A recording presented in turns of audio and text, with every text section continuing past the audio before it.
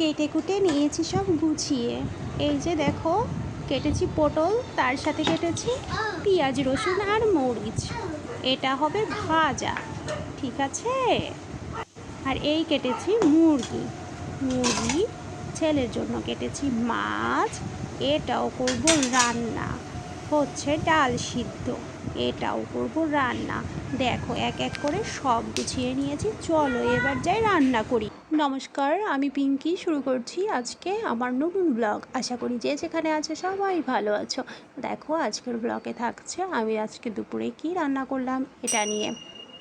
তো আজকে আমি প্রথমেই রান্না করে নিচ্ছি ডাল। অল্প করেই রান্না করছি, কারণ ডাল খুব বেশি একটা কেউ খেতে চায় না, আর বাসার লোকও কম, ঠিক আছে। আর সঙ্গে এই যেটা দেখছেন, এটা ছিল একদম পটলের একটা সবজি। পটল ছোট ছোট করে কেটে পেঁয়াজ, রসুন এবং কাঁচামরিচ সঙ্গে ছিল হচ্ছে কালো জিরা ফোড়ন দিয়ে এটা আমি রান্না করেছি। আর এখন প্রিপারেশন নিচ্ছি একটু মাংস রান্না করার জন্য।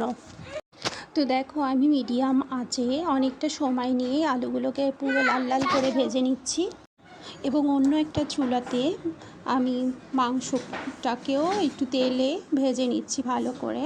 যেহেতু একটা সোনালি মুরগি, আমি মুরগিটা এভাবে ভেজে নিয়ে রান্না করি, এটা আমার কাছে ভালো লাগে। দেখো এদিকে আলুগুলো খুব সুন্দর করে ভাজা হচ্ছে, পুরো লাল লাল করে ভেজে নেব। আর একটু সময় নিয়ে ভাজছি, কারণ যদি আমি চুলোর আঁচটা বেশি জোরে দিই তাহলে উপর থেকে পুড়ে উঠবে, কিন্তু আলুটা শক্ত থাকবে। এই জন্য আমি খুব স্লোলি আলুটাকে পুরো লাল করে ভেজে নিচ্ছি, খুবই মিডিয়াম টু হাই চুলোর ফ্লেম দিয়ে। তো দেখো এখানে আমার আলুগুলো প্রায় ভাজা হয়ে গেছে লাল লাল হয়ে। তো আমি আলুগুলোকে তুলে নিয়ে কড়াইতে দিয়ে দিচ্ছি দুটো তেজপাতা আর ছোট ছোট দু টুকরো দারচিনি দিয়ে দিলাম। এটা ভাজা হয়ে গেলে আমি কেটে রাখা পেঁয়াজ আর রসুনও এর সঙ্গে অ্যাড করে দেব। দেখো এই যে আমার কেটে রাখা পেঁয়াজ আর হচ্ছে কয়েকটু কোয়া রসুন, এটাও আমি সুন্দর করে ভেজে নেব। তো দেখো আমি পেঁয়াজটাও খুব আস্তে একদমই লো ফ্লেমে ভেজে নিচ্ছি। আর এদিকে দেখো মুরগিটাও কেমন ভাজা হয়ে গেছে, পুরো একটা বাদামি বাদামি কালার চলে এসছে। তো এই মুহূর্তে আমি অফ করে দেব, হচ্ছে মুরগি ভাজাটা হয়ে গেছে। আর এদিকে দেখো পেঁয়াজটাও কেমন ভাজা হয়ে আসছে, বেশ লাল লাল করে ভেজে নিয়ে। এটা পুরোটা লাল হয়নি, হালকা একটা বাদামি কালার আসছে। এখন আমি এতে দিয়ে দেব বেটে রাখা আদা, রসুন এবং পেঁয়াজ। আগে লাল মরিচ বাটা হয়েছে, তো এই জন্য এটার কালারটা একটু লালচে লালচে এসে গেছে, কিন্তু এখানে পেঁয়াজ বাটা, রসুন বাটা আর হচ্ছে আদা বাটাটাই আছে। তো এটাকেও একদমই আমি শুকনো শুকনো মানে তেল ছাড়া করে ভেজে নেব।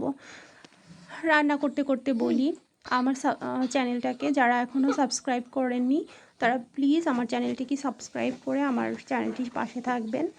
আর অবশ্যই ভিডিওটা মানে পছন্দ হলে, ভিডিওটা ভালো লাগলে একটা লাইক দিবেন। আর একটা কথা, আমার যদি কোনো ভুল ত্রুটি থাকে বা আমার কাজ কেমন হয়েছে, রান্না কেমন হচ্ছে দেখতে, বা তোমাদের কেমন লেগেছে, এটা অবশ্যই কমেন্ট করে জানিও যে কেমন হয়েছে। দেখো পেঁয়াজ রসুনটা লাল লাল করে ভেজে নিয়ে আমি কিন্তু এখানে ধনে বাটা, মরিচ বাটা আর জিরা বাটাটাও দিয়ে দিচ্ছি। এটাও খুব সুন্দর করে কষাই করে নেব। এটাকে সুন্দর করে কষাই করে নিয়ে আমি এর সাথে লবণ আর হলুদটাও অ্যাড করে দিচ্ছি। দিয়ে এটা তেল ছেড়ে দেওয়া পর্যন্ত আমি একদম সুন্দর করে ভাজা ভাজা করে নেব, ঠিক আছে। একটা মানে কষাই হওয়া সুন্দর একটা ঘ্রাণ বেরোবে। আর ওদিকে আমার ভেজে রাখা যে মুরগিটা আছে সেটা আমি এই যে দেখো তেল ছেড়ে ছেড়ে আসছে, এই মুহূর্তে কিন্তু আমি মুরগিটা অ্যাড করে দেব। দেখেছো কি সুন্দর কড়া ছেড়ে দিচ্ছি, কোথাও লাগা নেই, ঠিক আছে। তো এই যে মুরগিটা এখন দিয়ে দিচ্ছি, ওতেও কিছুটা তেল আছে। তো আমি কিন্তু আমার রান্নাতে খুব বেশি তেল ব্যবহার করতে চাই না, যেহেতু প্রত্যেক মানুষেরই এখন গ্যাসের প্রবলেম, বিভিন্ন রকম লিভার প্রবলেম, এগুলো লেগেই থাকে। এই জন্য আমি সবসময় রান্নার চেষ্টা করি যে কোনো রান্নাতে খুবই অল্প তেলে রান্না করার। আর এই দেখো মুরগি যে ভেজেছিলাম যে কড়াইটাতে, ওই কড়াইটাতে কিন্তু আমি জল ভর্তি করে গরম হতে দিয়ে দিয়েছি, যে ওই ফুটানো জলটা আমি দেব। আর আলুটাও ভিতরে দিয়ে দিলাম, যেহেতু আমি মুরগিটা বেশ ভালো করেই হচ্ছে ভেজে নিয়েছি, একদম পুরো বাদামি বাদামি করে ভেজে নিয়েছি।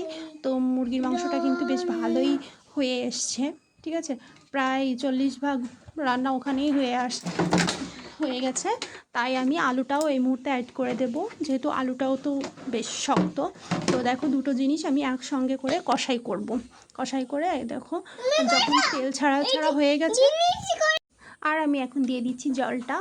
মোটামুটি ভালোই ঝোল হবে, কারণ আমাদের বাড়ি সবাই পাতলা ঝোল পছন্দ করে, ঠিক আছে, ঝোলটা বেশি খায়। তো আমার বেসিক্যালি একটু শুকনো শুকনো রান্না ভালো লাগে, যদিও তারপরও কী করা, যেহেতু সবাই ঝোল ঝোল পছন্দ করে, এই জন্য বেশি করে ঝোল দেওয়া। তো দেখো আমার পুরো রান্নাটা কেমন হলো অবশ্যই কমেন্ট করে জানাবা, পাশে থেকো তোমরা, ঠিক আছে। তোমাদের একটু সাপোর্ট আমাদের খুবই মানে এটা উৎসাহ দেয় যে হ্যাঁ ওই একজন আমাকে কমেন্ট করে আমাকে ভালো বলেছে, তাহলে আমি আরেকটু ভিডিও করি। এভাবেই আস্তে আস্তে কি আমাদের চ্যানেলটা একটু বড় হতে সাহায্য করে, ঠিক আছে। যাই হোক, আমি নতুন ব্লগার, নতুন ইউটিউব চ্যানেল আমার, ছোট্ট, খুবই ছোট। তো দেখো তোমরা আমাদের পাশে থেকো, ঠিক আছে। আর দেখো এদিকে আমি ভাতটাও করে নিচ্ছি, আর এই দেখো কি পরিমাণে এলোমেলো হয়ে আছে আমার রান্নাঘর, আমি আস্তে আস্তে করে সব গুছিয়ে নিয়েছি। দেখো মাংসটা হয়ে আছে, আর এদিকে ভাত হচ্ছে। তো দেখো সব মিলিয়ে আমার রান্না আজকে কমপ্লিট, যদিও দেরি দেরি হয়ে যাচ্ছে, সব কিছু একাই করেছি। ওকে, টাটা।